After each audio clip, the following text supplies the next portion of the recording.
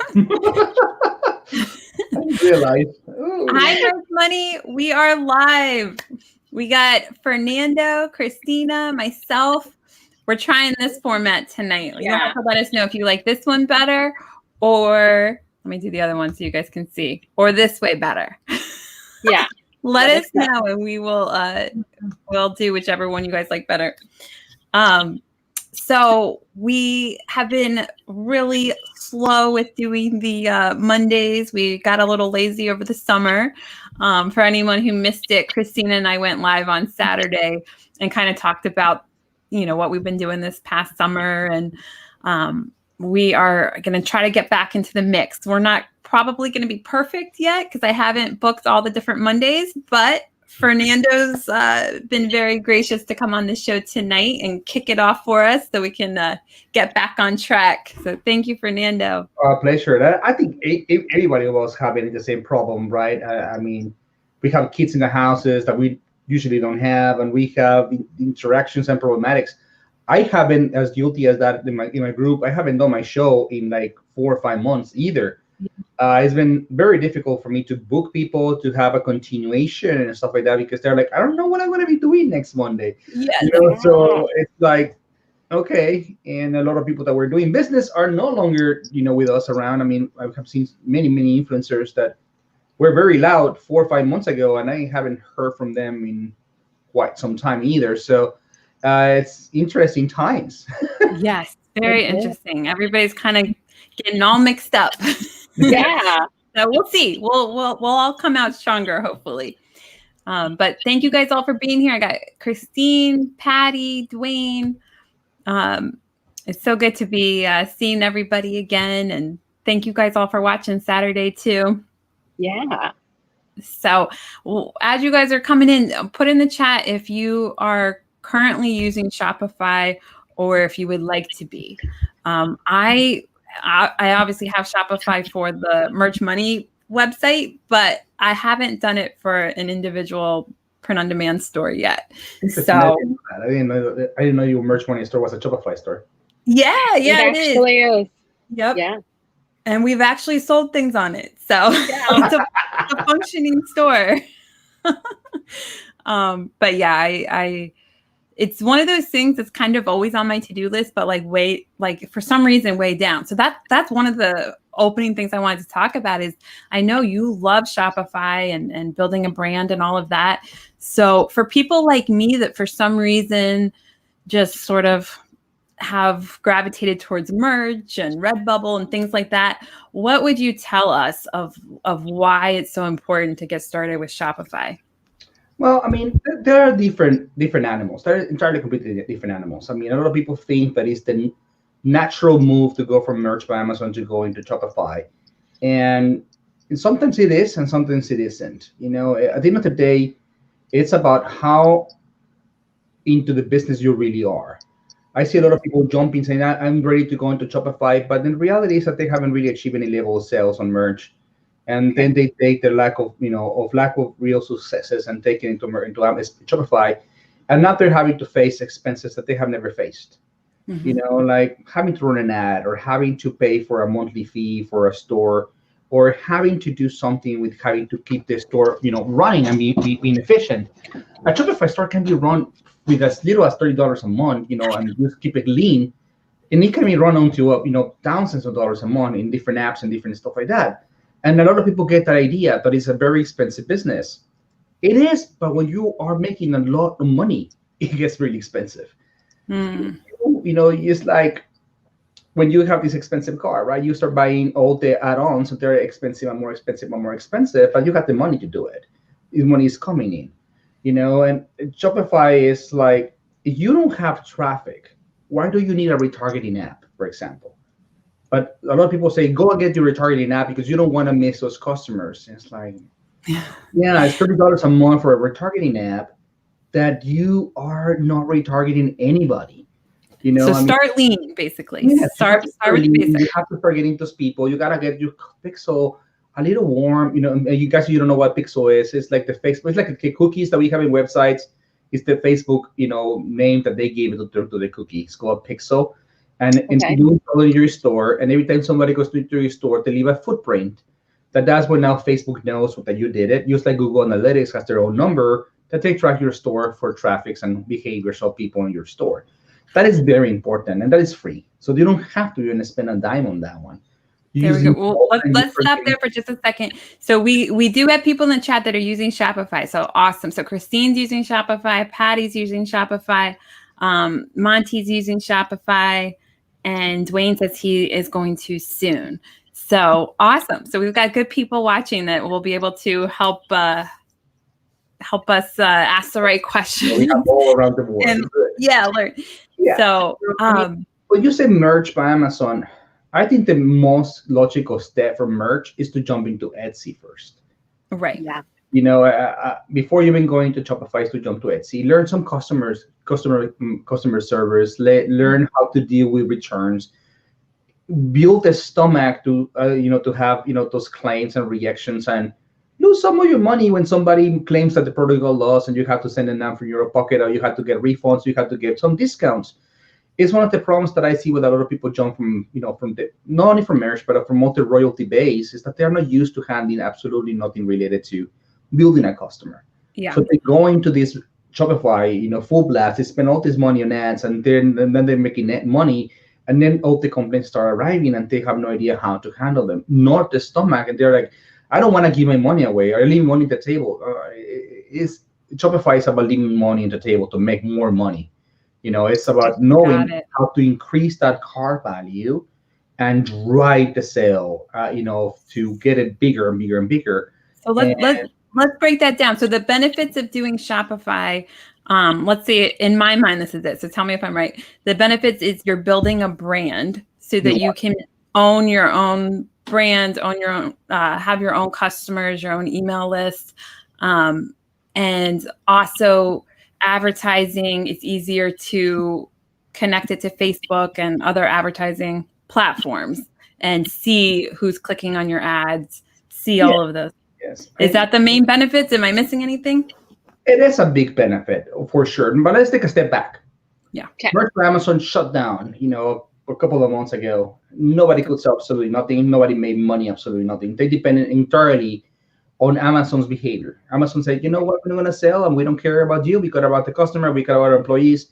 You just happen to be, people getting royalties. Pretty much they give us the finger to say, we are not going to get you absolutely nothing. We are busy. We're going to follow our own rules, and we're going to do it the way we want to do it. That's it. They didn't find a solution to find another printer like many other companies did. They didn't find anything. Say, you know what, we're going to just shut down. Okay, so what happens? A lot of people jump into Etsy. And Etsy is like, okay, you can sell, you can do whatever you want, you can sell masks and blah, blah, blah. But then everybody right now, look at all the stress that everybody's having because of the delays on shipment, the delays on traffic, the delays on production. All the delays they're having, and they're all afraid that they're going to lose their accounts because of so many negative feedbacks. So whenever you're working for a third party involved in the equation, you depend on their good graces. So when they are the ones that rate you, when they are the ones that say you can sell, you cannot sell, you are out there. In Shopify, when that happened, everybody who had a Shopify store, we were like, okay, our supplier closed, but guess what? We have about 20 more suppliers that we can pick. And we started getting around, and we never stopped selling. And while some others were trying to gather themselves, we were still just pushing product. We had no issues because we could find ways to keep on selling. That if Facebook said you're gonna promote masks, it's okay. We can promote any other product, and we can just put it in our listings. We also have masks, and we managed to sell masks. So you're not reliant on the rules of Etsy or Amazon. You can be in control of your own business. Yes, right? Yes, you're at the mercy of Facebook because in a way they can say you broke some rule or something, and they can say we don't want to stop allowing you to run ads. You turn around, rename the store, get a new Facebook ad account, and there you go. You keep running. You know what? All the customers you had were yours. All the pixels that you had was yours. All the emails you had were yours. Everything you had is yours. So Shopify is not like Etsy or Amazon. They don't have like rules. Like they're not going to kick you off their platform. Are they? They can. in a way they can, because people can complain that you are selling like, or like products that are trademark, and they can report you into Shopify, and Shopify can block you. They can complain to you, to PayPal, and PayPal can say, you know what, we do. You do through Shopify payments as well, and they don't see tracking numbers. They're like, hey, you are not fulfilling your necessities. They can also, in a way, close you, but it takes a lot. But at the end of the day, it's like a you open a new business, turn around, and you open a new business because you have all your customers, you have everything else, and you keep going, right? The email is the most important fact in business, right? They can right now, if they were to shut you down on Facebook, you have an email account from every single member that joined your group. You can just say, you know what, we just open a new group, join us in this other group, because I use email, every single one of my email list. Not everybody's going to join back, but a lot of people will follow. The ones that matter will follow. So it's about building that brand, building that loyalty, and building that recurring revenue. You will never have recurring revenue on Merch by Amazon, for example. You don't own the customer. Right. Now, Amazon will have recurring customers. Yes, they will, from our own efforts. They keep coming to you, but they are not really your customers. They're Amazon's customers. Yeah. Etsy is in the middle. Etsy is like, we share you the customer. Yes, we give you their emails, but you can only bring them back to us. Okay, you can email them by bringing back to us.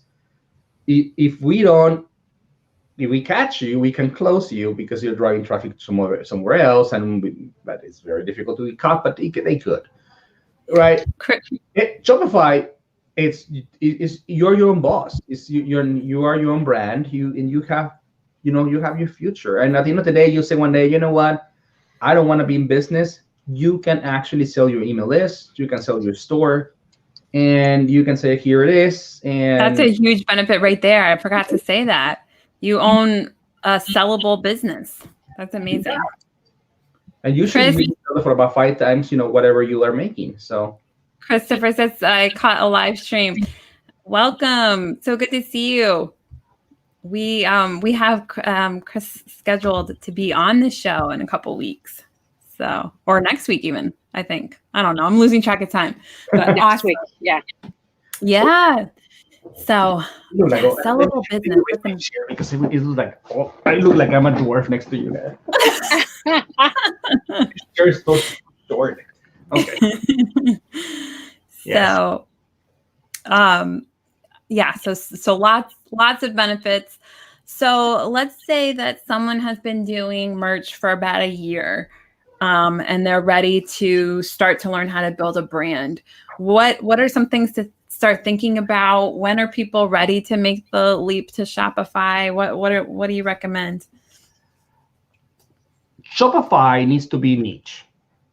Okay. That's rule number 1. It needs to be niche, because when you're bringing customers to buy to your store, they give you an email, right? And they're affecting your Facebook pixel. So Facebook, it starts tracking the behaviors of your people that go into your store, and if they are niche, they know who to send to your store, and the ads can start getting cheaper. Same for your emails. When you are sending an email to your customer, say this is a new product of the week. If they bought a soccer, let's say. You have a general sports store, and they bought a soccer shirt, and next week you send them, hey, here are all our new volleyball, products.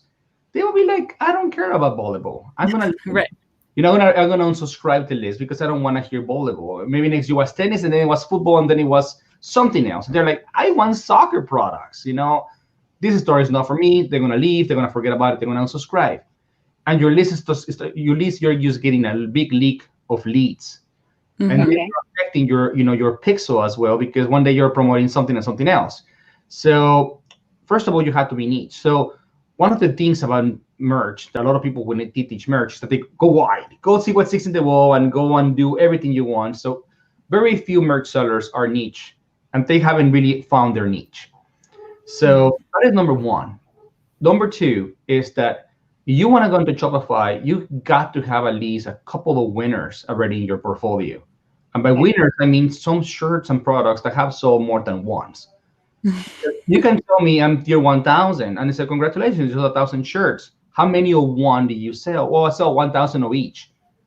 Yeah, that is not going to work in Shopify. Because in Shopify, you have to have about 20, 30 designs that are going to be making you the money. That is in merch is about 1,000 selling one, and in Shopify it's about one selling 1,000. Mm. So you gotta really start getting first in niche, and then finding winners, and then you go into Shopify and say, okay, now I can focus on. And then you change your mentality when you start looking for designs, in merch. You are paying like $6, $7, $8, $10, and you're like, hey, give me a bunch of those because I have to keep my quota. In Shopify, you're like, let me pay probably a little more per design, but let me get a quality, unique design that is going to do something else. So our cost in design in Shopify is way lower than merch, because we are literally adding 2 or 3 products every single month. That's all. We are not looking to add 400 listings every single day. Right. And also, we don't want to be adding and erasing, because that affects our SEO. We don't want Google to be getting first a link to one shirt and then the next week is gone. We don't want to delete those. So we don't want to make our store all clunky and full of junk. We want to keep it with things that we know that either sell or drive traffic. Because there are some products that drive a lot of traffic, but they never sell. And there's products that don't drive a lot of traffic, but get a lot of sales. Because when you see them in the ads, these ones that drive a lot of traffic, people are like, oh my God, I like it so much. And then they go and they're like, I don't want to wear it. It's funny as hell, but I would never wear it. Right? But then they go and see what else you got. And it's when they buy something else, they buy the one that sells. When you have the one that sells, it probably gets, distracted in times, because it was probably as catchy as the other one. So you have to have combinations of those. But you have to keep them are in control of how many products and what you are going to be specializing on, because you want to make it easy for the customer to navigate your store. So having 1,000 designs, like some people go and do, is because I have 1,000 designs, I'm going to go to a Shopify. I feel like you would make more, but it's not like that. Big load, especially these copycat stores that is nothing but copying, and they have like 1,000 different designs in there.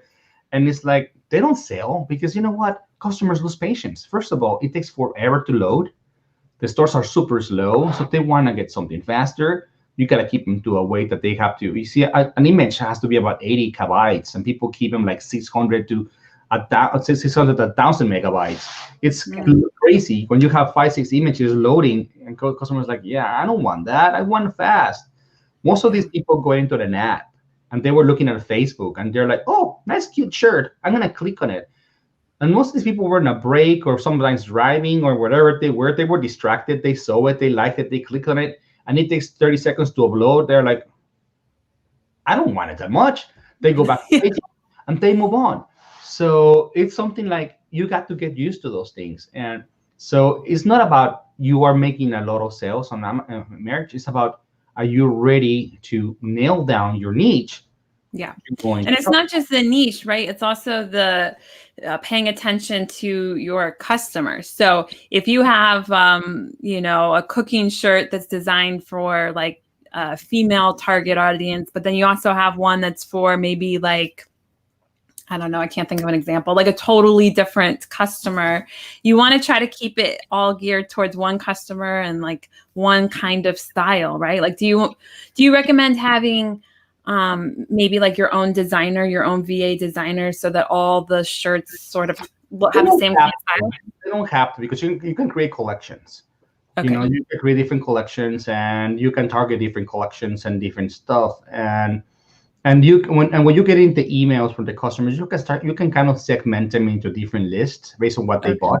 Okay. So you want to keep them in niche. So when you email them, say that this is the niche that we have. But yes, you can have different products. You can have like V-necks, and then you have like round necks, and then you have like some other type of crop top or whatever you want to, and with different styles. That doesn't mean that is not. Now you don't want to go, very traditional and very gothic. Yeah, that is not going to happen. Even though that's the same message, that's the whole different types of markets, right? Yeah. Yeah, I didn't mean different styles of products. I meant like different styles from artists. Because sometimes one artist draws a certain way, and then another artist is so completely different that it might not look right in a store. At least for me, like, especially in the beginning, I used to buy designs from different companies kind of just to see what they're like, because people would ask me in Merch Money, and I wanted to make sure I had tried all these different ones. So sometimes I have a lot of shirts in one niche, but they all look a little different because they're from different artists. So I'm like, I don't think this would work very well in the store. They can look a little different, but they cannot be completely it's all like say like a lot of yours are like in bold lettering and kind of feminine and things like that, and then you go one that is like graffiti and stuff like that. That completely crashes. Right. Yeah, that is a whole different target customer. You're looking for also trying to do your demographics. You want to keep your demographics, and Shopify, the demographics are anywhere from 28 to 55 years old. Because anybody younger than 28 is broke. They don't have money to buy. Okay. And that costs money. So I mean, it is a rule. A rule. I mean, some people would even say that not target anybody younger than 30. Some people would say go and target somebody 25 or older, but most people would say 55 is a good age. Some people would say 65 is a good age. But it depends on your niche. You wouldn't have to find out what your niche is. Yeah. Right. If your niche is very youth targeted, you probably want to go with a younger audience. Your niche is more for for the adult that is now full-time job and parents and stuff like that, because now you want to have some onesies and things like that. Then you got to think about you have to market. You have to market that they have first they are moms and second they are buyers. So you got to have target thinking about anyone from 35 to 55 years old. Jacob Bates is like, calm down. I'm younger than 28. I was laughing at you because I had a really, really good job in my 20s, and I'm like, I'm still trying to catch up to where I was in my 20s. I'm talking about general demographics, right? Yeah. So, I mean, let's be honest, most 20-year-olds still live at home with their parents, and they're still under their insurance. So they are not really looking to spend money. When that's the people that are going to tell you, why do you want to charge me $24 for a shirt if I can go to Target and pay $8? Yeah, the type of people that post those messages, in your stores, and they start complaining about why, your ads. Is the people that go and always complain about the cost of your ad. It's because they see like, I can buy that at Target for $28, or $8. I can go to Walmart or whatever I want, or I can go to JCPenney and buy it for $12. Why would I pay you $24? JCPenney's around anymore. What's that? I said if JCPenney's around anymore. We are full in Texas. I don't know if they're anywhere else, but we are full here. They're still opening. I guess it's popular here. I don't know. Yeah. I do have a question about niche. So, what do you think about product niche? So, like, I think when you're talking niche, you're talking kind of like a hobby or a passion or whatever. How do you feel about someone who has it picks a product? Maybe it's mugs, and that's all they sell. How do you feel about a Shopify store with that type of niche sort of thing? They work, but at the end of the day, when you realize even those stores are niched down to a few niches that marry together well. Okay, like for example, you go into something that it's about like jokes or animals. Yeah, they will have like pandas, they will have like the unicorns, they will have like the bears and stuff like that. They will have all sorts of cute animals. But then they won't have like a trucker driver, or they won't have a race car in there. They are like they still have some sort of niche, because at the same purpose, I say you don't want to lose the emails. You don't want to be targeting the wrong people and then having a bunch of unsubscribes. What people don't realize is that emails cost money, a lot of money, because when you are running an email, a Facebook ad, that you're trying to get a sale. The reality is that what you're trying to get is an email. Every single ad, the purpose of that ad is to get an email. If you talk to anybody who's making millions of dollars, they say we lose money on our first sale. To get that email, because they believe that from that email they can make enough money to recover the loss and more, and that's how they make the business profitable. So whenever we want, that's why all these Shopify stores always have like all these newsletters popping and out, this wheelio deal, trying to get everybody to give the email, because that pays for my ad. That gives me at least something out of my ad. So the more emails you have, the more organic traffic you can get, the better the audience you can build, and the cheaper your store gets. That is why you want to get those emails. But then you're getting those emails and then you're losing them as fast as you're getting them, then you're wasting all the opportunity you had from that specific email. You're just wasting money, dumping lots of money. An email should generate you about $1 a month. Okay. Email should It's like a generate rule of $1 a thumb. month. Okay. I think you've told me that before. Somebody told me that. It's a rule of thumb that every email should generate you $1 a month. So you have, and some people that are like, real marketers, they actually say it's $1 a week. But these people that are just focusing on sending emails and emails, and it's all they do, gather and promote it. So if you have 10,000 emails, you should be making $10,000 out of those emails every single month, right? If not, you are not using your email list correctly. You're losing, because having 10,000 emails is going to cost you about $300 to host, in Klaviyo or any other one of those emails. So they cost you money even to host them. So you got to keep them using them. And every single time you send an email, yes, you're going to get a bunch of subscribes, but you should be always getting more emails every single day as well. Okay. So, in email, you're probably about 1% of every single email you send is going to drop. Sometimes it's like 0.5%, sometimes a little more. But people drop and people get added. But your email list should always be growing. And the bigger they are, the more money they make. So just think about this. You finally reach out to have $100,000 email list. Now that you're a $1.2 million store a year, right? Wow. So because the chances are is the one email out of that. Does that have to do with what kind of products you're selling, like the cost of it?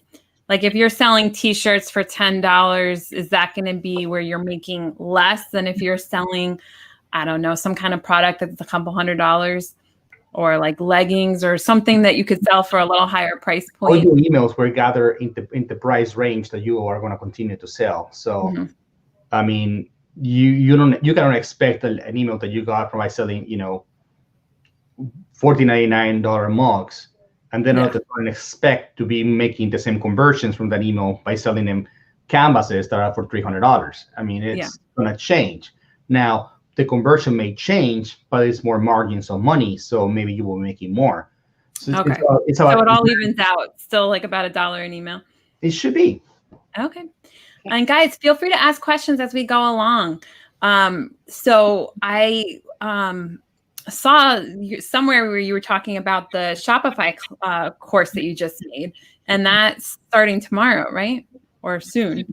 Yeah, it's opening tomorrow. It can sell today. You guys want to, but it has about 10 videos that I haven't finished editing. So if you guys want to get it, you can get it, and by the time that you actually get there, it's going to be completely loaded. So tell us about that.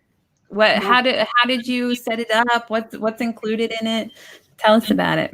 So let me answer Patty. Patty, I use ConvertKit for my personal business email, but I use Klaviyo for Shopify. I don't use. I only use Klaviyo for Shopify. Klaviyo is free until you get about 200 emails or something like that. I don't remember the number.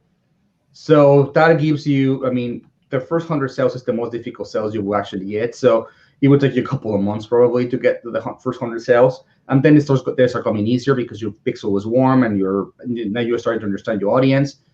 And then it gets a little more expensive than any other autoresponder there is outside. But Klaviyo integrates with your Shopify store, so you can create your emails based on your products. As you are typing your email, you actually start getting tags on products that you want to attach to it. And then all these statistics get attached also to your Shopify store, so you actually can keep track of what product people click on your emails, and you can get data that you will never get out of ConvertKit for Shopify. So I feel like I need to take notes on that. We've been using Aweber, but that sounds like it has a lot. Aweber, I only use it for Etsy. Okay. And to be honest with you, Aweber, I only use it to capture the email. So I usually have only the $14.99 account. And as soon as they come here, about once a week, I remove all the emails and I put them onto ConvertKit. Oh, okay. I think Weber is trash, but it's the only one that actually works with Etsy. So it's Okay. how I grab my emails, and then I do all my email marketing campaigns through ConvertKit for that purpose. Now, the way I keep my Klaviyo account low, is that whenever it's about 6 months after somebody has not made a second purchase, I remove them from my Klaviyo list, and then I put them into my ConvertKit, which is a lot cheaper, and then I just keep my emails there to continue until they unsubscribe, but they're not being on the Klaviyo, so my Klaviyo doesn't get any higher in cost, because Klaviyo is about twice as more expensive as ConvertKit. And used to have emails that are not converting is a waste of money. So Right. that's what I I like Nathan's comment. This is my brother. He's like, "Hi, good to get an honest opinion." Yeah. When you said Aweber was trash, well, not we. I will not speak for Christina. Myself, I need to learn all these different email things, and that this is entering into a whole world I know nothing about. We have an email list. We barely do anything with it. So, I mean, believe me, I have an email list. I know how to do Klaviyo. I know how to do all this, but in my funnels, I still haven't mastered probably 30% of what you can do with an email. Yeah. Because now email integrations are about tags and points of, in the chain of the funnel, as the person keeps going to the funnel, and tag gets added to that email account, and a tag gets removed, which triggers different actions. And as the actions get triggered, you start sending in different stuff. I haven't even touched the beginning of what you can do with emails. You can actually create out, like, ClickFunnels, you can do a funnel with an email. That is definitely something I need to learn. It's amazing. Now, Fernando, does your course cover some of this email marketing as well, like using Klaviyo and using ConvertKit? I covered Klaviyo shortly because a course on email marketing is a full course. I will be giving, like some templates that you guys can use. Like, for example, for Christmas, I have a couple of templates that I have used that I can share those, so people can use that. Just load them into the Klaviyo account and use them, or into whatever your server you use. But I do not teach email marketing. That will be a whole course. It's like it's complex. And to be honest, I don't know of a single course that is actually focused on e-commerce specifically for marketing campaigns. So that's what I was going to ask you next. I'm like, well, who do you recommend? Because I feel like I need to learn this. I don't know. Because I was trying to find somebody that I could partner with for this course to create a section, and then people could buy, their course if they wanted to, so to get more knowledge. And I couldn't find a single person that specializes that was affordable. There's like some that are like, $5,000 or so. Email marketing. You learned from Chris Blair, right? Chris Blair doesn't teach email marketing. He doesn't. No, he is about Facebook ads. He's good at Facebook ads, but he doesn't teach email marketing. At least in his course in Ecom Vantage, I don't think he covers email marketing. Yeah, he doesn't. I honestly don't know who does. There we go. This is why I don't know it. I don't. You'll be out here teaching it. But you at least kind of cover just the basic, like, here's what you need to know as far as how to at least collect them, where to put them, that is and sort of, how to connect them, how to send emails once in a while and stuff like that. Yes. You want to create actions into, like when somebody looks into these products, send them an email. You got to go into Klaviyo's training, and Klaviyo has a lot of training, for example, on how to do every single thing of that. They have a lot of emails, YouTube videos, and how to do it.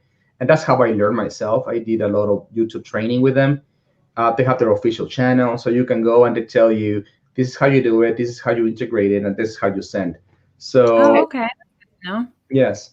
Perfect. Are you seeing Christopher's comment? Is that what you're looking at? What was I able to launch? You weren't able to launch it? Then launch what? Oh, so he's asking about your retail venture. How were you able to launch it? Weren't you going to open a store? No, I mean, right now it's just timing couldn't have been worse, right? No, timing couldn't be worse. I was a week away from signing the contract, We have found the perfect spot. I had all the vendors aligned, and then this started to happen. And we decided to pull these to just to say, no, we're gonna wait. Timing though, because if it had been a couple weeks later, you would have had to deal Yes, with the. yes, we're blessed. I mean, I cannot complain. That's We're true. blessed. Yeah. I mean, it's a little dream shatter for the moment, but we are blessed in the way that I could be right now at a lot of negative money. Right. I mean, I don't know how it's every state, but I mean, even though he live in the suburb of Houston, everything around me is going under. It's a bunch of business going under. So Yeah. no, I mean yeah, Christopher. I mean I'm corner launching. I mean it will be probably next year, if not the following. Depends on how it does. I mean I have no idea how this is gonna happen. Rents right now are super cheap, but people are not going. I mean I'm not going to the stores and play stuff like that, so it's not a good business right now. Yeah, so for anybody watching in the future, we're talking about the coronavirus. Everything is shut down. So it makes it hard to have retail stores. But who knows? I mean, we'll see in the future if it ends up being, if it kind of has a resurgence, because so many have closed that there might be an opportunity. I will open it. This is actually a lifetime dream. I mean, having a hobby store is more like an obsession kind of deal. It will open, but I don't just know when. I mean, it's I have to wait for the right timing again.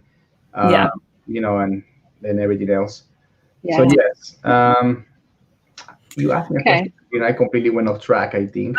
That's okay. We were talking about starting to learn what do you have in the course and who is it good for? Like, is this a beginner course of like how to set up the Shopify store? Well, if you took the Etsy course, which I I'm sure you girls saw it. It's the same. It's in the same format. It's a lot of people ask me, you know, this but this for advanced. I'm like, no, it's not for advanced. I don't presume to teach advanced because you know what? I have never made $1 million in sales in my Shopify store, so I am not going to pretend I have the Lamborghini. I'm not going to pretend that I'm swimming in money. I do have a 6-figure income that I live very comfortable and I enjoy it. And I'm aiming for more and more every year. That is my goal. So I can only teach you how to get as far as I went. And that is, and there is people to teach in different levels, right? There's an intro, the middle, and I consider myself and somebody who teaches people in the entry and to the mid level. And sometimes the advanced level can benefit from this, probably yes, because sometimes people went to advanced level without setting everything up correctly, and now they're facing some problematics when, as trying to scale, that they realize that they left some gaps that are incomplete and they need to fill, and they don't know where to go. So sometimes it fixes, but you saw the Etsy course, it's the same way here. I spend a good amount of time going through every single setting in the store, every single little hole that people, you have to feel and why you need to feel it. The same way I did in the Etsy course, I said, you need to do this for this reason, you need to do this for the other reason. This is the way this works, this is why you have to have it. This one you can ignore, and everything little by little. So it's about 2 or 3 sections that completely focus on how to set it up correctly. And this is for print on demand. So like some people might take a Shopify course and it's just in general e-commerce. This is specific to print on demand. Well, the setting up is for any business, right? Is the way I call it Shopify POD is because people know me for POD. And I have some sections that I talk about the suppliers that I use and and the apps that I use that are good for POD. However, you can use it for anything you want. It's you using in order to sections, you can completely do a Shopify store and have a good Shopify store running. But I do a lot of, because of a lot of Shopify, integrations. Like for example, when you go to T-Launch or Custom Cut or all these people, they give you, when you go and create a product and they send it to your store, they use PNG files. And the PNG files are super heavy. They're 600 megabytes to 3,000 megabytes. And so when you have 5 different shirts, 5 different colors and stuff like that, now you have gigabytes in that data there, running. You have each image at 80 kilobytes, and so it's about how to remove the image, how to upload a new image, how to connect the image to the listing, and how to keep it on the loop so that everything works back again, so you can increase your loading speeds drastically. Wow, that is really helpful, because that's not something that I would even think things about. like that I focus right in the main page, and I tell you also, look, there's a bunch of Shopify teams that are free, and I tell you which one is the best one. I think it is there, but Perfect. just think about the Shopify teams are not done for optimization. They are just done to give you a team, and they are not going to be the best ones for you to loading and helping you with your marketing and attracting deals. Sadly, the good teams cost money, and some teams are better than others. Okay. A lot of teams are done for people that don't know jack about the business, and they are go and look for the most attractive, team, and they're like, oh my god, this is beautiful, I gotta use it, and this team is super heavy. Then you have to literally drop all the stuff that you thought was pretty to make it actually work. So Okay. it's about finding the right speed in your store. I have videos on how to create your Facebook ad account, how to get the pixel that's installed, and how to run your first ads. I don't go into very specific difficult ads because that will be a whole course as well. Yeah. And a good Facebook ads training. I mean, you can find some of them for $30 at at Udemy, but a good Facebook ad training costs anywhere from $1,000 to $5,000.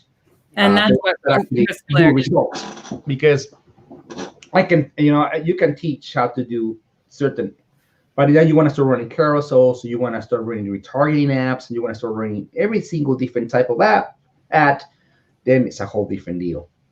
Right. I have a friend who gave a master class on SEO, because I'm not an SEO expert. I mean, I understand it, but I don't know how to explain it.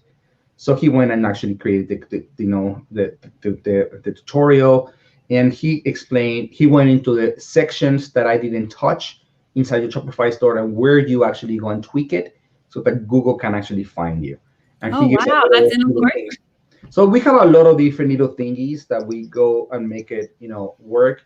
And the importance of having a Facebook page, the importance of having social media presence, because at the end of the day, what you want is to have the store to be run as organically as possible, because that is going to decrease your cost, on ads. Yeah.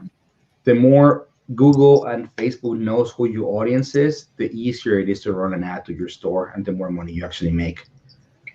That's amazing. So you cover the SEO part a little bit, and then you also have the Facebook ads and setting up social media. That's awesome. So it all works together. And you talk about the providers. Which are some providers that I have used that I actually trust. Okay. So which ones which ones are in there? Do you use Printful or Printful now? I don't know. I'm just asking. Okay, Printful.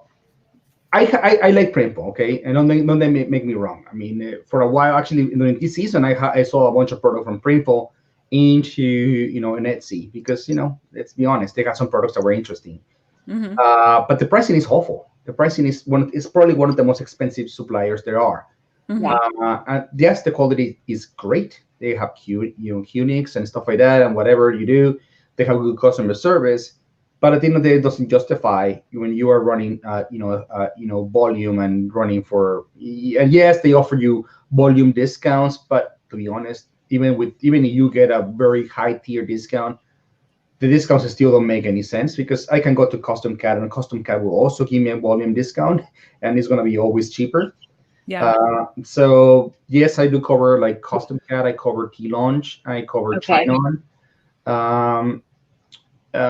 Which we're gonna have a training from China at some point, because I've been talking to the owners.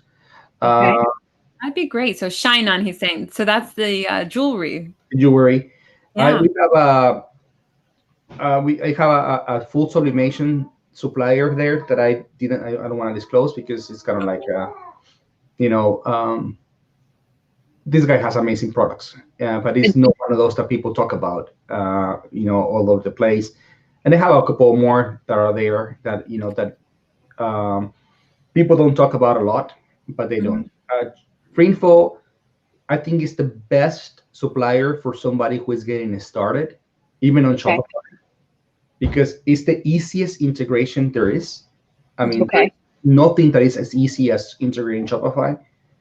Other integrations get more complicated because of the ways of the nature of the products they're offering. So,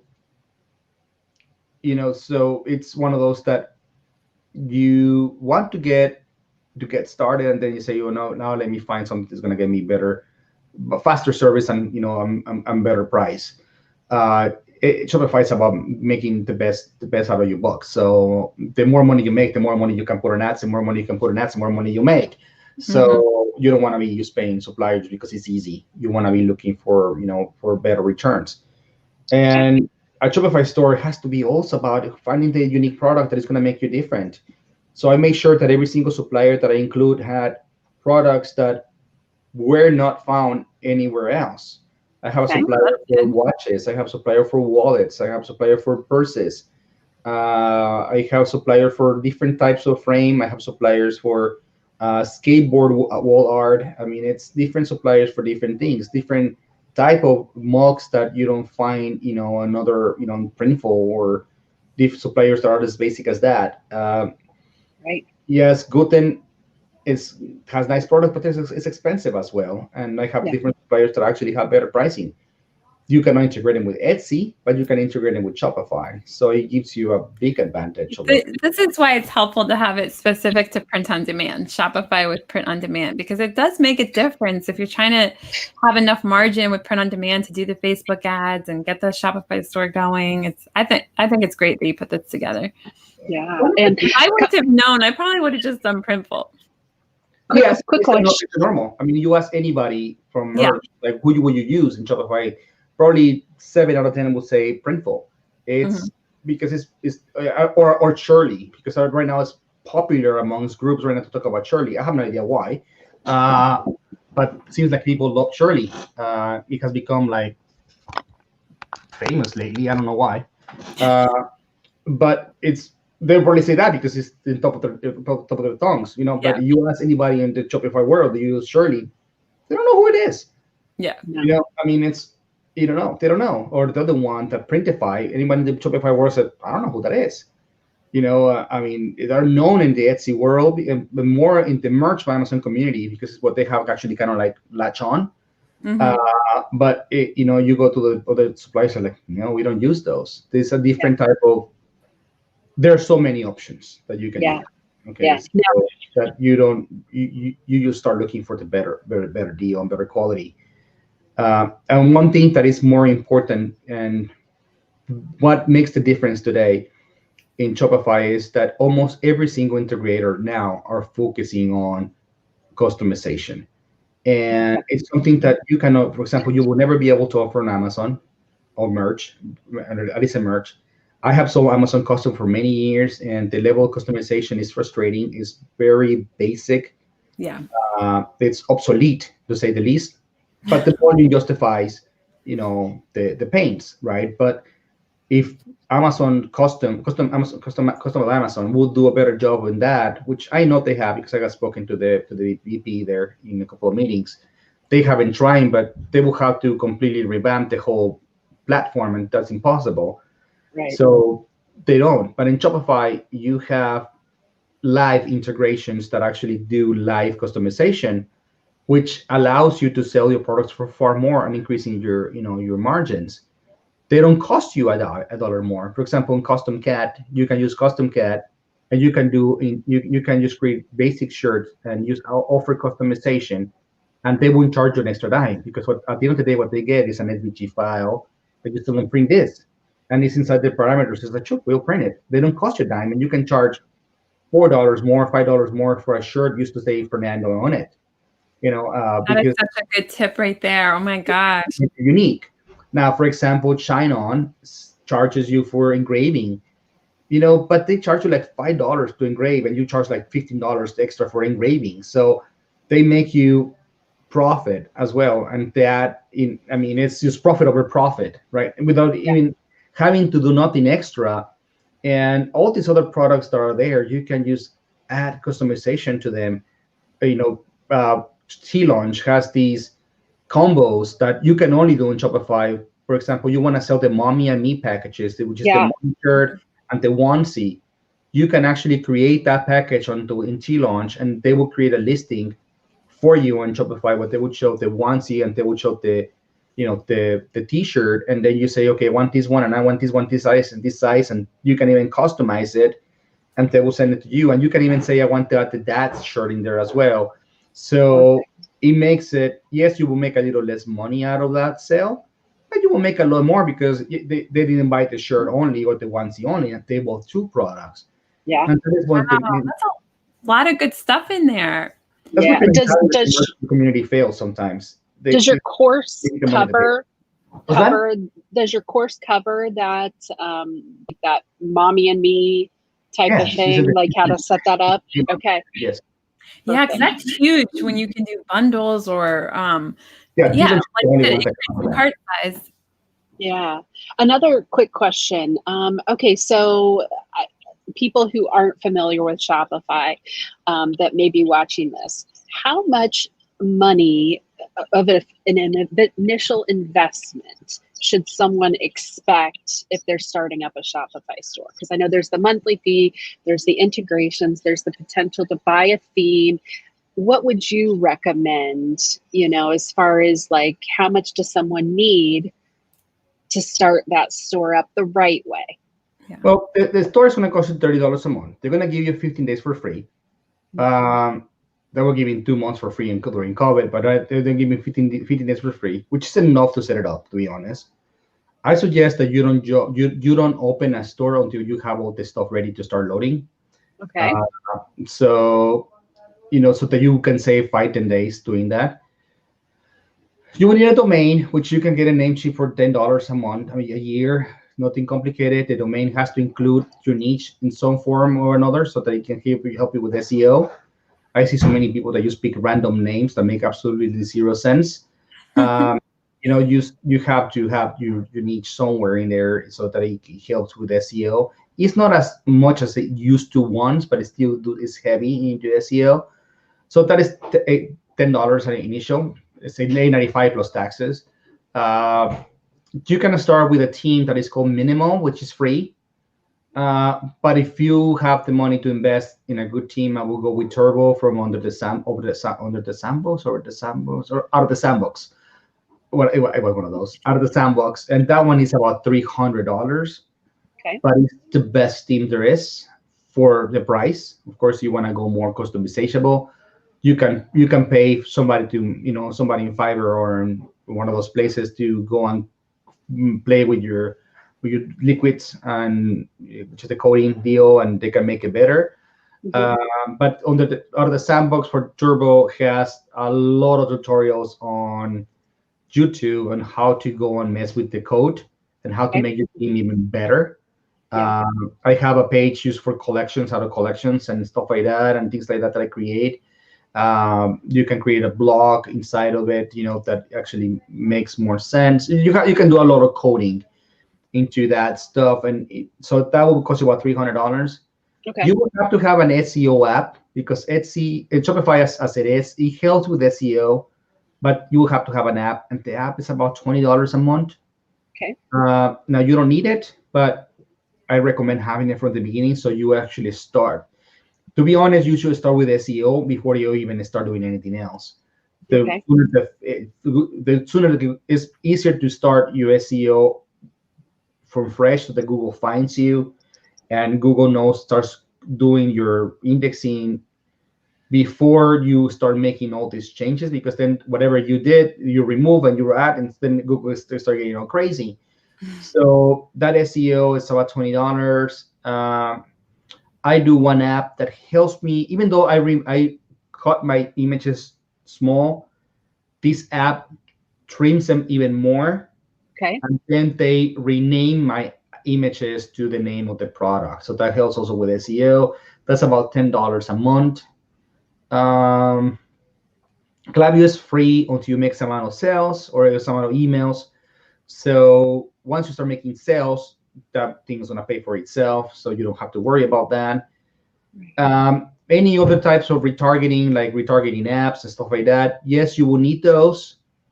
But I would say until you start at least getting some 50 sales or something like that, you don't they're it's useless to pay $20 a month or $10 a month or whatever they cost to retarget someone because somebody came today and retargeted, and then nobody comes until 3 days from today. Once you're getting continuous traffic, yes, you want to pay something for that. And that's about it. You have to have money for Facebook ads too, right? Yes, you have to pay for Facebook ads. To be honest, Facebook ads, it depends on how deep you want to go. At the end of the day, it's not a real number, I can tell you, because the truth is in the eye of the beholder. I can tell you can spend $200, you will make sales, and probably you're one of those people that have no taste whatsoever on design, and you think your design is beautiful, and you run $200 in that specific design, and you are like, is this going to sell? And you keep going and going. I have seen people spending $3,000 in one design and still get upset because that didn't sell, and that happens a lot. You go to the Shopify groups, that's one that has 8,000 members. You will see it every day. There is one person saying, I'm 3,000 in the red and I didn't make a sale. Why is this not selling? Every thousand because the design. I don't need to go that deep. Try $5 first. Yeah, so you can test first, see how it reacts. If not, move on to the next. Yeah. The one thing is true in more than ever in Shopify is that you cannot fall in love with your product. Yes. It will drive you. It will get you broke. You know, it's like be ready to dump the product as soon as they tell you. The audience will tell you no. The bigger the audience you are, the less money you're going to spend on testing.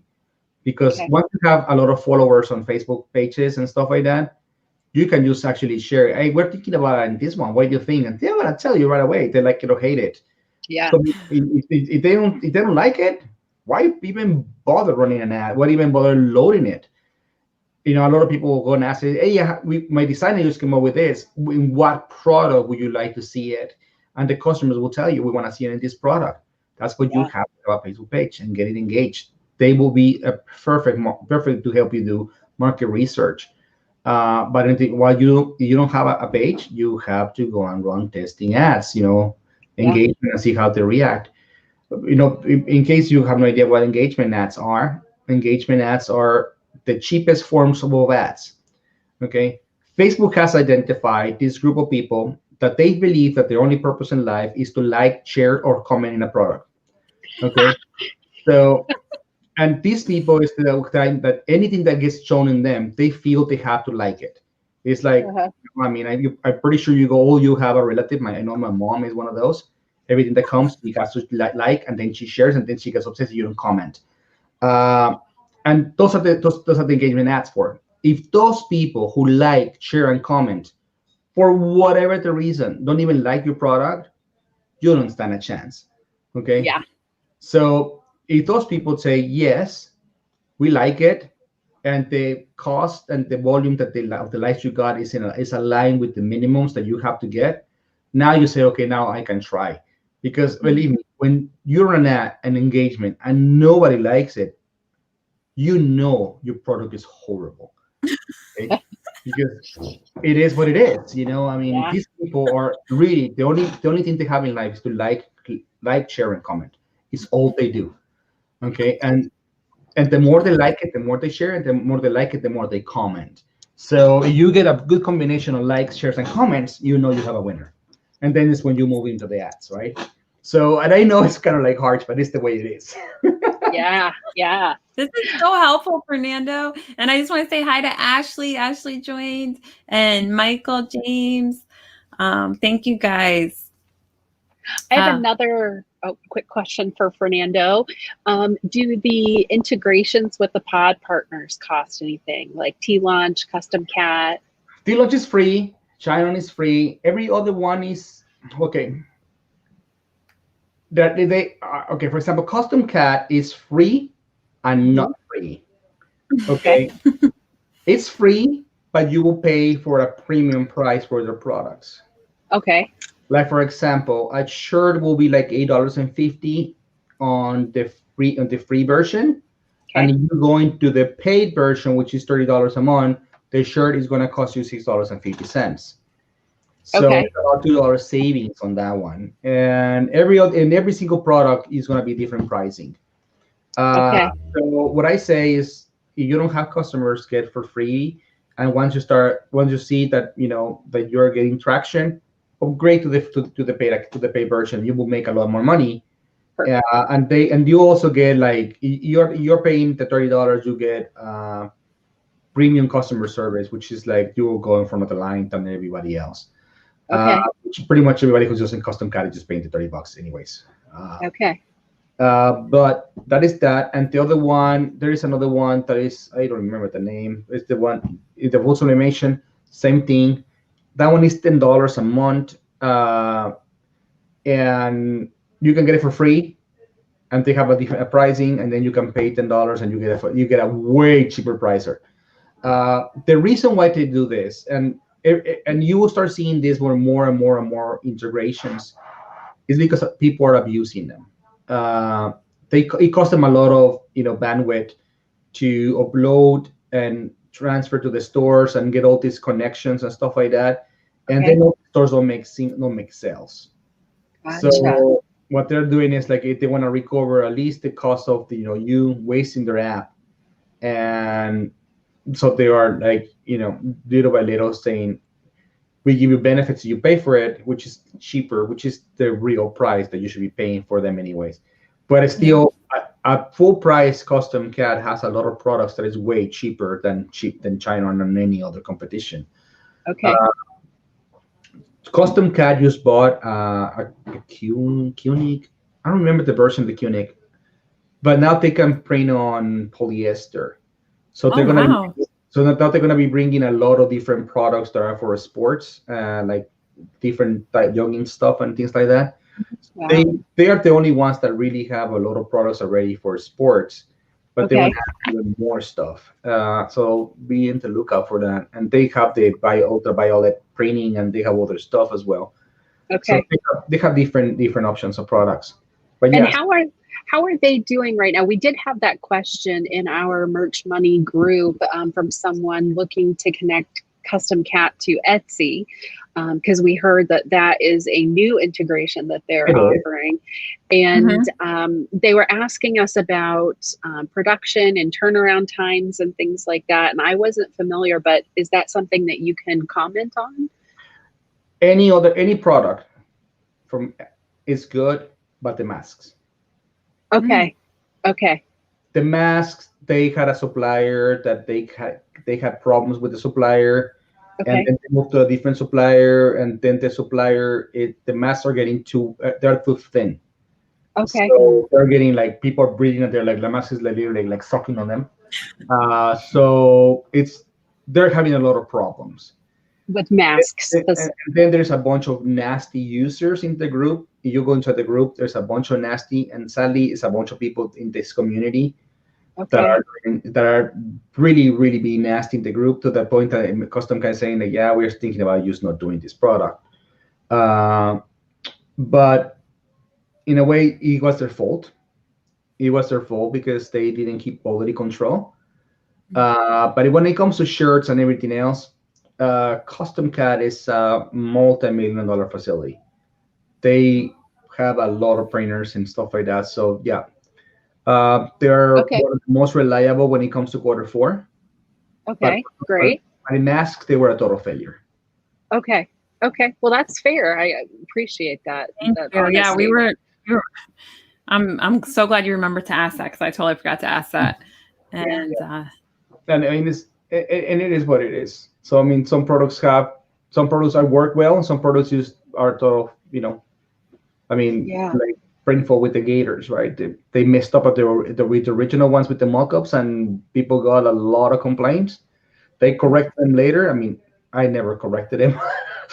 I gave up on them. I was bored already of making Gators, but they were huge. Yeah.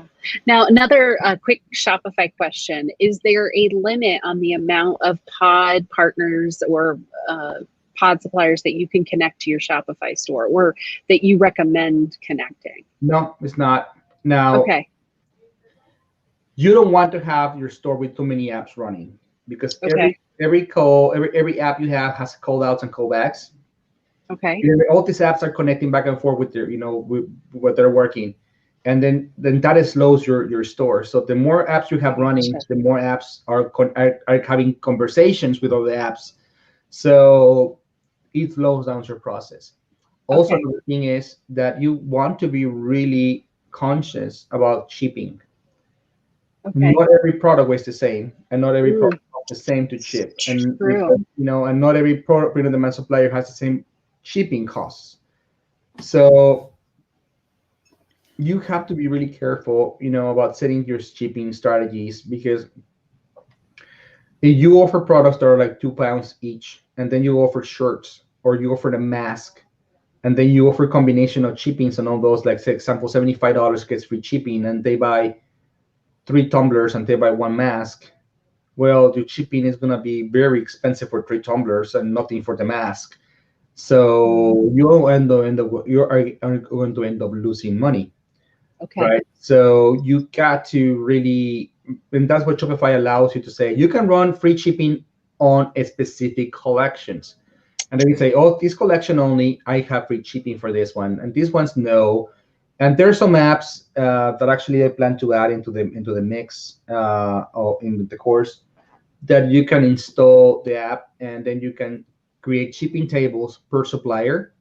Okay. And then when somebody buys device at the end, they will tell you, hey, this is the shipping based on all these different suppliers. So that, because then you tell them it, because the package is going to be leaving from different warehouses, we cannot charge you, a flat rate. This is going to happen. It's very rare, to be honest, when somebody orders something from 2 or 3 different warehouses. It has to be somebody who is literally just going Christmas shopping in your store and say, I'm going to get everything from here, which usually when people go, they're like, I'm going to buy 5 of this shirt and then I'm going to leave, right? Right. But they don't go and searching your whole store trying to add to the cart. It happens, but it's very rare. But you Okay. have to be really conscious that the more suppliers you have, the more difficulties you're going to have creating shipping tables. Makes And the sense. more all over the place you are in your products, the more you're going to be able to do, because Shopify has only 2 forms of shipping. One is by weight. You have to create a shipping table by weight, which is literally a pain in the behind. And then you have one that is by sale. So like Okay. X amount to X amount of dollars is shipping. And that is very random, because you can say from 0 to 25 is $5, and it could be $25. It can be a wine tumbler, or it can be 2 mugs, and it can be 1 shirt. So it's also very, that all your products are gonna land in, by combination, are gonna land in certain rules, then you can create them like that. But when you have weights that are way off and suppliers that are way off, that ends up getting complicated. And then people like to add things like pillow profits, which is from China, and then completely changes your shipping. And then you go and have other suppliers, like Motifi, which is in England, because they're like, we want to supply, as well, Europe, and now they're starting all these different suppliers all over the world. It gets very complex. So you Okay. want to create tables for them. Okay. And Thank that is, if you want to add more suppliers, it's best to have the app, and the app is like $10. Okay. Okay. But This is so helpful, Fernando. Thank you so much. Pleasure. So much to think about. But Was there anything that you wanted to say or cover that we haven't really talked about yet? I know we're like pretty much out of time, but if there's anything that we haven't covered yet, feel free to fill in. Yeah, I mean, Shopify people has this idea that is very difficult, and it is really not. I mean, the app is not as WYSIWYG as people say it is, as Shopify likes you to think. WYSIWYG is what you see, what you get, right? It's like they make you believe that it's about going and adding your domain and adding the product and you're ready. No, it needs some tweaking, but the course makes it very easy to follow the steps and actually set them up. So It's gonna take you a couple of days. Yes, it's not one. You don't want to have your store running tomorrow. It's gonna take you a couple of days. You have to really be conscious about your niche, okay? Because the niche has to be one. First of all, you have to understand your niche. Second, you gotta be passionate about your niche, and third, you gotta really love your niche. Otherwise, you are gonna lose interest because you're gonna have to make content for the niche, for your Facebook page, for your Instagram account, or for your Pinterest account, or whatever you want to do your marketing. You're gonna be doing content every single day of your life. And if you don't like it, you hate your niche, you're just gonna lose interest, which is what happened with my teaching niche. I lost interest. It made me money, but I lost interest because the reality is that my wife was a teacher. I was a teacher, and it was close to my heart because she's a teacher. But the idea was that she was going to control the store one day, but she never did. So after a while, I started losing interest, and my store just completely collapsed. Now the store I'm using it, I renamed it because I was going to use it for my hobby store because they had a lot of SEO and lots of stuff. It was getting traffic, and I said, well, it was going to be board games. Teachers also do board games, and I still sell randomly a shirt here and there because I have a bunch of things, Pinterest and stuff like that. So it's still there, but I don't care about it anymore.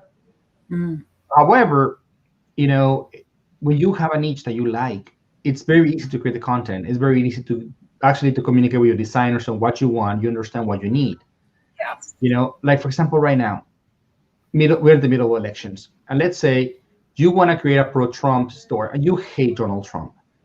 Yeah, but it's not. You want to create a pro-Trump store because he makes a lot of money. Let's be honest, that his brand makes a lot of money. And I don't want to get into politics. I don't care what you think about politics, but it's a money maker. But you hate the guy with passion. You will never make a sale. Yeah. Because you will never be able to find the right product because you will never get into mind of what people that can't relate. Yeah. believe. You are never going to resonate with them. And dread creating content for that. You're gonna be dreading saying I love Trump every day in your Facebook page. You're not gonna want to do the post on Facebook or whatever. Work.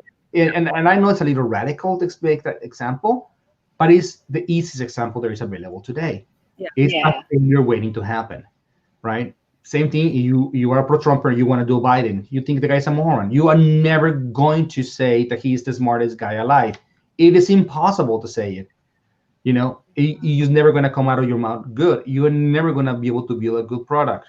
So same thing happens. You want to build any niche that you want. You want to do a beer niche, you better be a goddamn good drinker, because you're going to be making a lot of jokes about it. You're going to be making a lot of suggestions. People on your Facebook page are going to ask you, what beer do you like? What beer do you recommend? They're going to be asking you all sorts of beer comments. And you're like, I'm really more about rosé wine. Guess what? Your audience is going to hate you. So you gotta really commit into what you're doing. Yeah, and that's an important. That is probably one of the most important things about anything you do in print on demand or even whatever. Like, you have to have a passion for your niche. And we get questions all the time about how do you be successful on Merch by Amazon. That's also how you're successful on Merch by Amazon, on Etsy, on Shopify. Knowing your niche and having a passion for it so that you can speak the language of those customers. So yeah. April Scott, right? I feel like you had heard of her. Anyway, she was one of our last guests on the show before we took a break, and she's the one that has a dachshund. I never say that right. That kind of dog. Dachshunds, the wiener dogs. Oh my gosh! I just am trying to read the word instead of actually just saying it. Anyway, she's so. Huh? I don't know how to say it either. See, I'm so used to reading it, and then when you say it, I'm like, oh, I forgot that's the same word. Dogs, I don't know. Anyway, she's so good about that because she loves those dogs, and she's had such a successful store, and that's a great example of what I just did. Like, obviously, I could never have that store because I can't even say the word right. Like, who was it? April Scott. Oh, yeah, I know her. Yes. Yeah, you know her. Yes. She was one of our last guests, and she was talking about exactly what you're saying. Like, she would never be able to do everything she's done with that store if she didn't love it. Like, she knows her customers. Like, she's met them at the different dog shows and events and things. So, yeah, it's so helpful if you really are part of your niche. Yeah, I met her on Reno 2 years ago now at a Shopify convention, as a matter of fact. Oh, okay, great. Yeah, she's Okay. passionate about her niche. She knows it very well. Yep. Okay, bunch of questions, I think, or I don't know. I got lost when it's the last comment. I know. Some people were just asking about where to get the link, and then Christina posted it, and it should be on the description somewhere. So, Yeah. And if you decide that you are more ready for Etsy instead of Shopify right now, we did a show with Fernando about his Etsy course too, and I do think that's sort of a good step in between. If you've mostly been doing merch and things like that, Etsy is a good next step. So you could just search through that in the YouTube channel. But if you've taken that one and you're ready for the next move, I think Shopify is perfect next step. I think that's where I'm going. I'm gonna be all in on Fernando's course, and yeah, because I think you have a good Etsy store. Several, yeah. And I was kind of in the process of building out 3 more Etsy stores when COVID hit, and just based on the shipping issues that I've been having with my supplier, I haven't been comfortable opening those other Etsy stores. Yeah. Because I'm afraid that I won't hit my timelines, and then my ranking is going to suffer. So yeah, I'm thinking I'm going to still put those on hold, and maybe I'm just going to switch to Shopify. I'll build those out with Shopify instead. So yeah, I'm really excited. You completely own it. And then, like Fernando said, it's a sellable asset. So if you're building 3 at one time, you could always just sell one off. Yeah. And I own probably 30 or 40 different domains. So in all like niches that I love. So I got plenty of stores I can start building out. I know I need to start with one, make sure I get it, understand it, and then duplicate that process. Christina could do 30 at one time. She's like when you plant flowers, right? You hate taking care of your flowers. Mine always die. And you have to water them every day because you like them, right? You water them every day, you cream them, you feed them and stuff like that. A store is like that, okay? Yeah. It's about continuity. It's about doing it, maintaining it. It's Etsy. It's great. I mean, I love Etsy. I think, and the way I created the Etsy course was that you create the basics to move into Shopify, because now you got the emails, you test the niche, and now you have the winning products, and you say, you know what, now we're gonna move into a Shopify store, and you can have both running, right? It's like you keep going.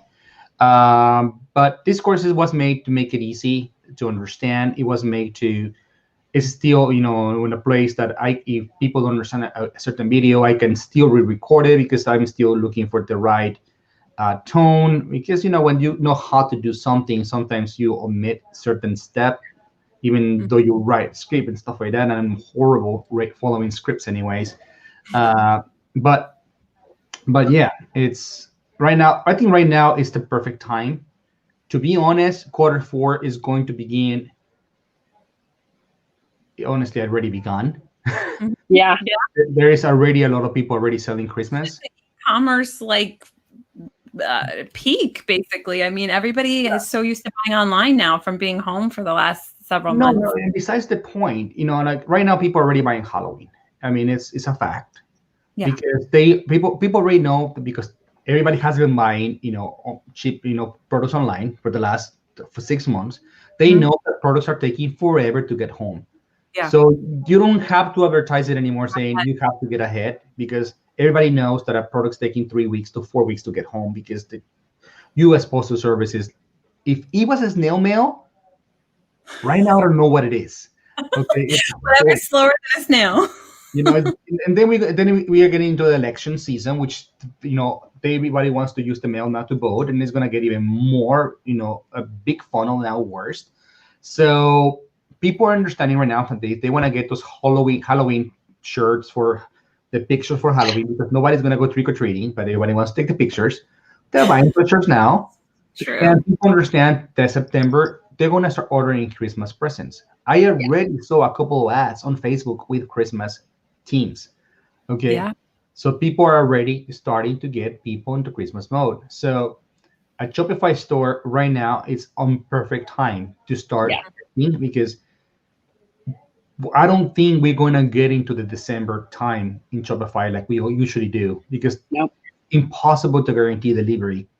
Yeah. Our best months on Shopify are going to be in October and November. Yes. Okay, that is a fact this year. We're going to have vacation early this year. I mean, last year I was working all the way to the 20th. You can enjoy Christmas this year. This year, I'm gonna have probably by the 15th. Be like, Happy New Year, everyone. We're out.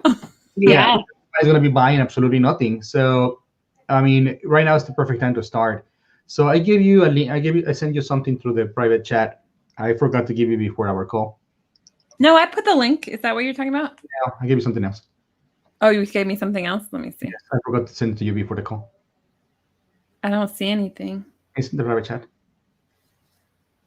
In the chat. Oh, I see over here. Oh.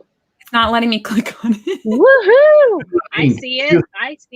Okay, let me post it. So Fernando is being very gracious to all of our Merch Money people who are watching, and it looks like he is offering with code Merch Money, all one word. You can save $50 on his new Shopify course. Oh, good. You posted it. Awesome. Thank you, Fernando. Sorry. Yeah. And is there an expiration date on that coupon code?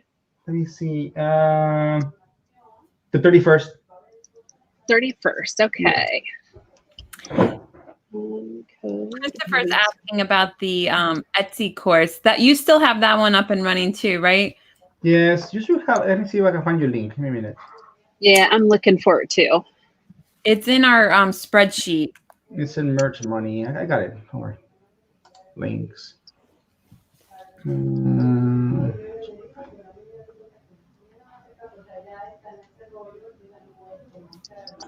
Yep, I've got it here. Thank you, guys.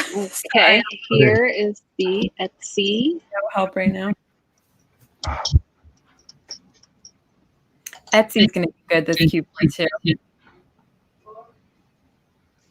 Here we go, guys. Let me make you another $50 coupon for Etsy as well. Give me a minute. Oh, awesome. Nice. Awesome. Let me select campaign, Etsy. Chris, I'm so excited for you to be on the show next week. I knew it was the 24th, but I was thinking the 24th was a long time from now. I can't believe that's this coming Monday. Yeah, we're there. Man, time is flying. Yeah.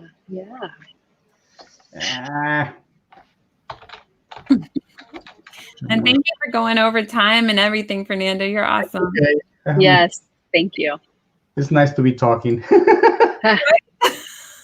Yeah, to people other than family, right? Yeah. It's like, I love my family and all, but man, it's This is the coupon for. I can, for some reason I cannot post in the comments. That's what I'm giving it to you guys in the private. Okay, sure. But it's $50 also. Merch Money Etsy is the coupon for Etsy course. Wow. Okay, fantastic. And this is $50 off, and probably until August 31st. Yeah, I give it the same time. Okay. Yeah. Thank you, Fernando. Oh, my pleasure. Thank you for making these, because oh my gosh, making a course is like, whew, I never actually did it because I would get it's too hard for me. I get too frustrated. I went last month. I went. My sister has a beach house, so I went and I locked myself in her house for 3 days, and I didn't finish it. Oh my gosh. I tried to do a Pinterest one and I'm just like, oh my God, I can't do this. Luckily, Christina loves making like webinars and all that kind of stuff. I'm like, oh gosh. Yes. Yeah. I appreciate people who make courses so much more now. I'm like, oh my gosh, I will pay you way more because it's so much work. I don't know how, like I don't think people don't realize. They think it's just about doing it. It's a lot of research and a lot of, because I mean, when you know how to do something and you haven't doing it for so long, people think that it's easy to teach that, to somebody who is new, but you gotta remove your expertise and then you gotta go a little way behind and start thinking about, okay, how would somebody new do it? Mhm. And it's like, and I didn't learn it that way. I learned it a different way, and by Yeah. trial and errors and stuff like that. So you gotta go, and sometimes you gotta do research and how to, how do you feel this information, because you're like, I don't remember how I did it 4 years ago, So, and things change. Yeah, the settings. When I was creating this new store for this course, a lot of the way the store now looks is very different than my store actually looks, because I set up my store based on a different version of Shopify. Mhm. So some of the things I'm like, I'm sure this thing was here, and it's no longer there. Now it's somewhere else. So you got to start looking at that, and it takes a while to make a course. And staying on track, like you said, like there's so many directions you could go. Like all of a sudden you're talking about email marketing or this or that. So learning how to like just say what is necessary and not go off on all these different tangents. Yeah, that was my biggest mistake on my very first course, is that the Mastering Print on Demand, the one I made about 3-4 years ago, is that as I was making it, when I realized it already had about 80 videos, I wanted to teach everything. It was like everything, and you had interviews and stuff like that. And what I ended up making was a juggernaut that nobody finished.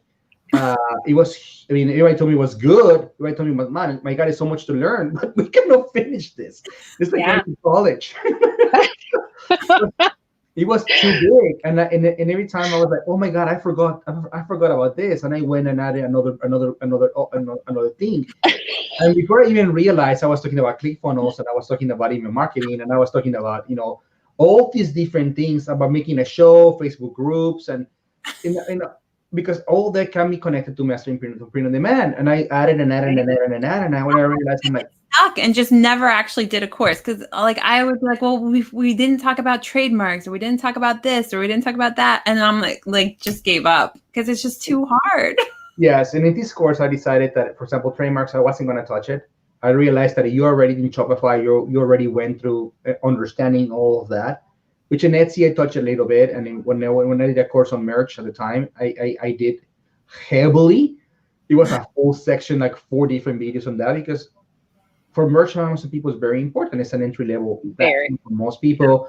A lot of infringements, and but for Etsy, for the Shopify, I decided that trademarks is not really something that I need to bother.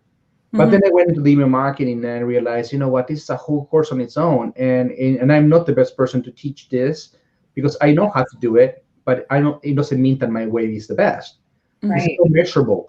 So it's like, you know what, I'm gonna leave the experts teach email marketing, and that is when somebody opens a store and people tell them, what is your conversion rate? Somebody who just opened a store, is pretty doing this new in the stores. The conversion is going to be anywhere from 1.5% to 3% of every person that goes into your store. Okay. A lot of people think that is nothing, but that is actually a very good number. Okay, 3 out of 100 people that go into your store make a purchase is actually an amazing number. So when people tell them, hey, let me help you increase your store by 0.5%.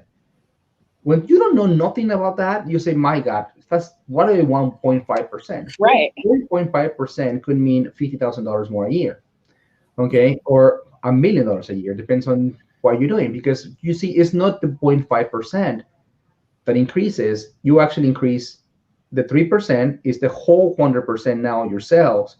You increase it by 0.5, now you're increasing by 1/6 of your sales. So you're increasing your sales exponentially, and you increase at 1% more, going from 3 to 4. You increase your store sales by 33%. So you were making $300,000 in sales. Now you're making $400,000 in sales. So increasing a 1% in your store, it is a lot of money. But people say, I don't need that. So you'll see copy on people setting a course, allow me to increase your sales by 1%, and people that don't understand is like, why do I want 1%? Exactly. It's a lot of money. So when you learn how to master, marketing, email campaigns, you're gonna increase a 1% there. And when you know how to do ads properly and how to retarget ads, you're gonna increase another 0.5% there. At Shopify and POD at 7% conversions is probably literally almost never seen. It's about a 5%. It's a very well optimized store in Shopify for POD products. That is like the Piperloo collection.com. It's about 7% conversions. But this guy spends millions of dollars on ads every single year. They Right. have it nailed, right? So you want to have conversions. But once you learn how to do email marketing and how to do Facebook ads correctly, and that's what it pays to invest on more learning. So I said, adding the email marketing is not going to, coming from me, it's not going to teach you how to do that. You're going to learn how to do it, but not the best way possible. So I said, you know what, I'm going to leave that and take it from an expert that is going to guarantee you with a 31-day guarantee that if you don't learn anything, they will refund your money, which, by the way, all my courses come with that. 30%, 30 days money back guarantee. You don't like it, and ask a question, I refund your money, and we live as friends and nothing happens. Because I understand that even though the vast majority of people that have my course never ask for the money back, I understand that some people are going to feel like Fernando's way of teaching, Fernando's way of doing it is, I am just not understanding it. And I understand that happened because, I mean, I was a student once, and there were many teachers in college that I said, I don't understand this guy at all. And I went and canceled my class and asked for my money back. So, I mean, it is business. So just learn from other people. It actually helps you get more perspectives. Yep. Thank you so much, Fernando. This has been so great. Yes. And thank you, everybody that was watching today. And just if you're watching the replay, feel free to post any questions below, any questions you have, or you could always message us as well. But I think that's about it for tonight. Thank you so much, Fernando.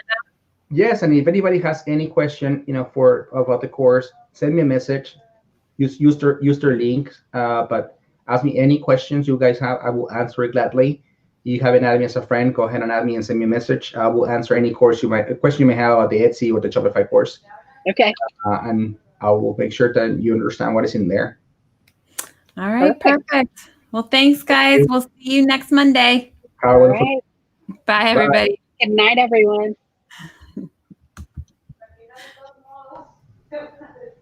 Oh my gosh, I don't think it's letting me end it. We might be stuck.